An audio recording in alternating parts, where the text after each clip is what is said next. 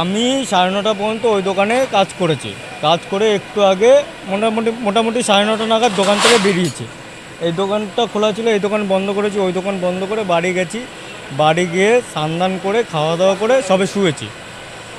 একটু মেয়ের সঙ্গে খেলা করছিলাম, করতে করতে একটু ঘুম পেয়েছে। তার মধ্যে ফোন যে দোকানে আগুন লেগেছে।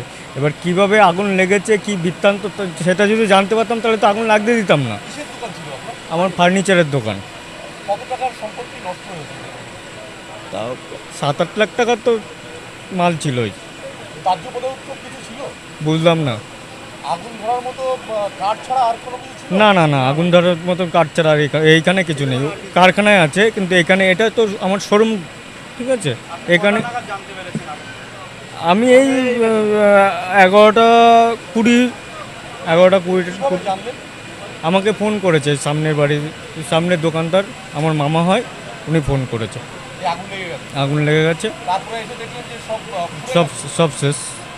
আমি এসছি এই 20-25 মিনিট হয়েছে, 20-25 মিনিটের মধ্যে এসে দেখি সব শেষ, কিছুই নেই। একটা ফায়ার ব্রিগেড এসেছে?